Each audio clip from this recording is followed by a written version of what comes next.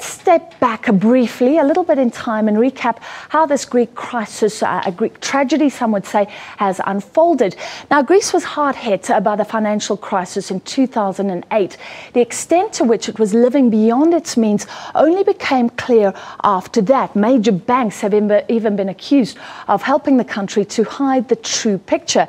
Now, Greece received its first bailout in 2010, its second bailout in 2012.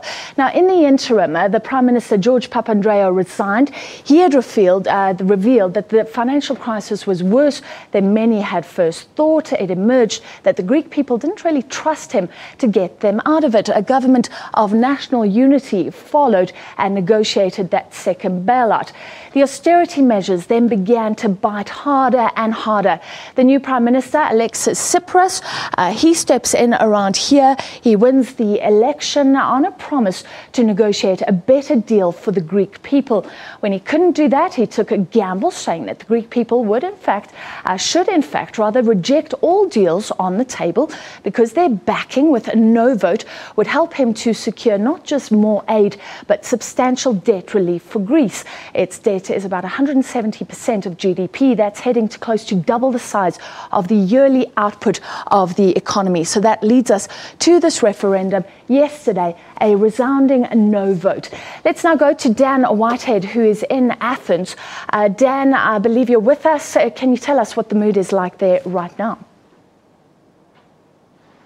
Well, there's not really a massive mood of panic just yet. I've been walking past a number of cash machines, which, have had relatively large queues at, maybe 10, even 15 people at some cash machines. But I spoke to a gentleman at one just down on the street behind me here early this morning.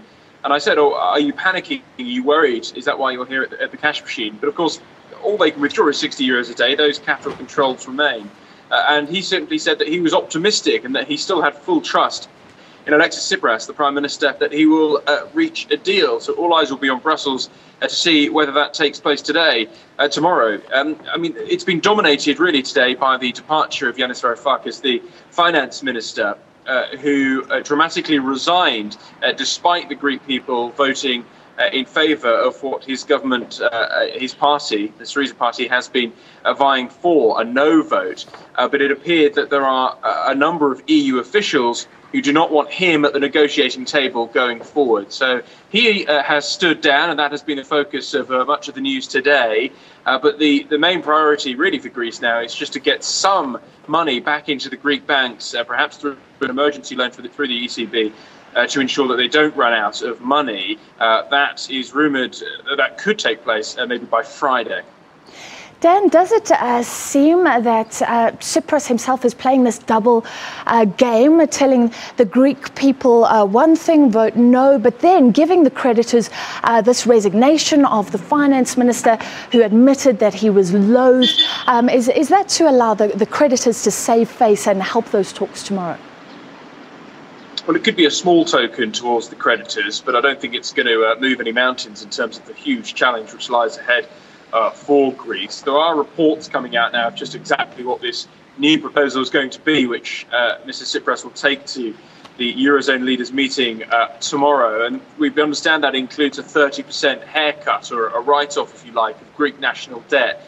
And that's on the cards because last week the International Monetary Fund, one of the biggest creditors to Greece, said that the whole debt of Greece must be restructured if it's going to succeed under any new plan. And it said that needs to come down by around 50 billion euros. So that has boosted Alexis Tsipras' position in terms of saying, look, this isn't just another bailout. What we need here isn't just more austerity. It's a complete restructuring of the debt. So he'll be trying to seek a haircut, as I say, of 30% on Greece's debt. That is not going to go down well, certainly with Germany, which provides the vast majority of bailout money to Greece. And of course, other Eurozone countries which have received bailouts and not had lenience of that kind before will be saying, well, hold on a minute, we didn't have that leniency, we had to pay back the full amount.